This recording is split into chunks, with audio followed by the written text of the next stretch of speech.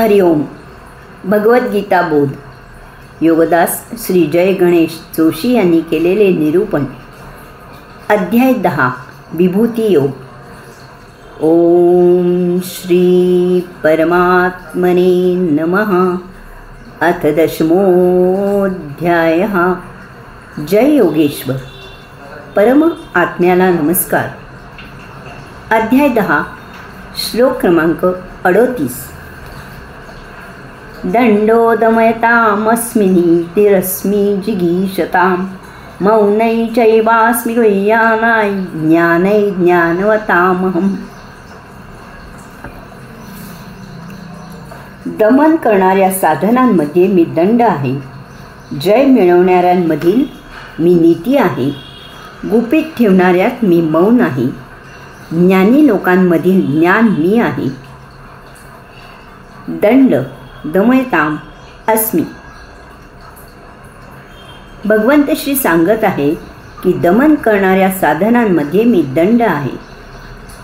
साम दाम दंड आणि भेद अशी पायरी पायरीने शिक्षा करण्याची रीत आहे. यात दंड ही सर्वात चांगली म्हणजे सर्वात उत्तम परिणाम करणारी रीत आहे असे भगवंत श्री सांगत आहेत.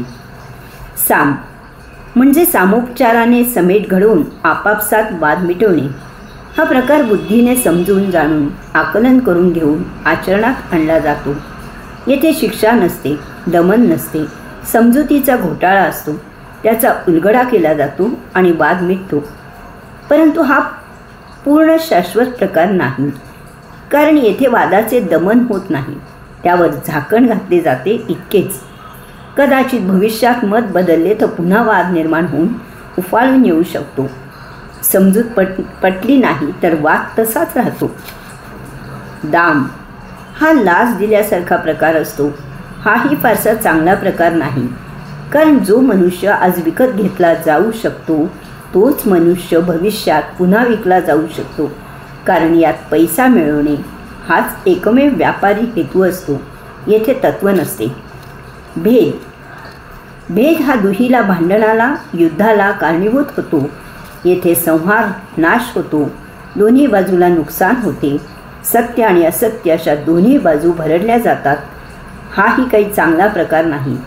हा अगदी शेवटचा, टोकाचा, नाईलाजाने आचरणात आणायचा प्रकार आहे. सत्य बाजू बलाने कमकुवत असली तर अन्यायाची सरशी होते. दंड त्यातले त्यात हाच उत्तम प्रकार आहे. यात समजुतीचा प्रश्न येत नाही, लाच दिली जात नाही, वैमनस्य नाही, सरळ सरळ शिक्षा केली जाते. येथे सक्तीने का होईना पण दमन होते, जरब बसते. यासाठी न्यायदान केले जाते. आता कलियुगात न्यायही न्याय असतोच असे नाही. झोटिंग उजळ माथ्याने वावरतात आणि सज्जन खाली मान घालून कसेबसे जगतात. अर्थात असत्याचा दीर्घकाळ प्रभाव टिकत नाही, हेही लक्षात घ्यावे. सत्य गोष्ट यथाव कालावधी उजेडात येते. भगवंत श्री दमन करणाऱ्या साधनांमध्ये दंड ही त्यांची योग विभूती आहे असे सांगत आहे. नीती अस्मि जिगीषता. भगवंत श्री सांगत आहेत की जय मिळवणाऱ्यांमधील मी नीती आहे. येथे जय याची व्याख्याच अशी आहे की जो न्यायाने, धर्माने, नीतीने मिळवतो तोच जय होय. याविरुद्ध अन्यायाने, अधर्माने, अनीतीने मिळवलेले यश हा जय नसून तो यशाचा आभास असतो. तो डोलारा एक दिवस कोसळतो. यात असेही सांगायचे आहे की जय नेहमी नीतीने मिळवावा, तरच तो टिकतो आणि लागतो. भगवंत श्री जय मिळवणाऱ्यांमधील नीती ही त्यांची योग विभूती आहे असे सांगत आहेत. मौनम च एव अस्मि गुह्यानाम. भगवंत श्री सांगत आहेत की गुपित ठेवणाऱ्यात मी मौन आहे. एखादी गोष्ट आपल्याला इतरांपासून लपवून ठेवायची असेल तर त्याबाबत कुठेही वाच्यता न करणे हा उत्तम उपाय असतो. गुपित गोष्टींबद्दल मौन पाळावे म्हणजे त्याचा कोणालाही सुगावा लागत नाही. हे एक ठीक आहे, परंतु भगवंत श्री सांगत आहेत की मौनाचेही मौन राखावे. बऱ्याच जणांना आपल्या योग साधनेची वाच्यता करण्याचा मोह आवरत नाही. आपण साधना काय, केव्हा, किती आणि कशी करतो त्याची प्रसिद्धी करू नये. यात महत्त्वाचे म्हणजे त्यामुळे आपल्याला जी अनुभूती मिळते त्याची साधी वाच्यताही करू नये. एवढेच कशाला तर आपल्याही मनात त्याची आठवण किंवा उजळणी करू नये. आपण स्वतःजवळही त्याबद्दल मौन असावे. अनुभूती मिळाली तर त्याचा परमानंद घ्यावा. त्याबद्दल बोलण्यामुळे त्या आनंदाची प्रत कमी होते हे आवर्जून लक्षात घ्यावे. कारण ऐकणारे काय वाटेल ते आणि अनेक प्रकारे त्यावर चर्चा करतात आणि आपल्या परमानंदावर विरजण पडते. आध्यात्मिक अनुभूती ही फक्त तुमच्या आणि परमात्म्यामधील एक गुपित गोष्ट आहे याचा विसर होऊ देऊ नये. भगवंत श्री गुपित ठेवणाऱ्यात मौन ही त्यांची योग विभूती आहे असे सांगत आहे. ज्ञानम ज्ञानवताम अहम. भगवंत श्री सांगत आहेत की ज्ञानी लोकांमधील ज्ञान मी आहे. ज्ञान आणि अज्ञान याची अध्यात्मातील व्याख्या अगदी वेगळी आहे.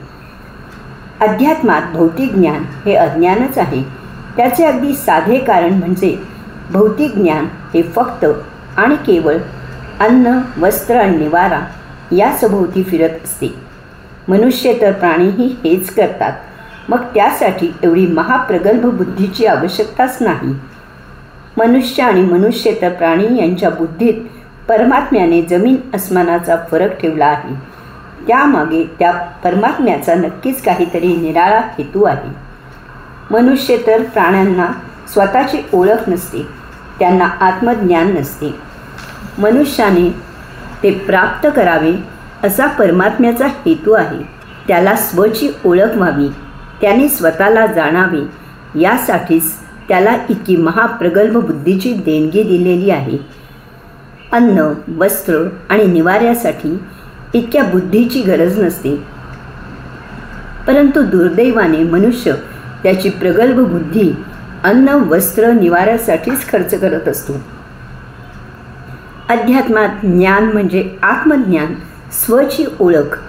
बाकी सर्व समज उमज म्हणजे अज्ञान. भौतिक समज उमज जाणीवेबद्दल असे म्हटले जाते की अज्ञानी अंधारात चाचपडत असतो तर ज्ञानी त्याहूनही घोर अंधारात चाचपडत असतो.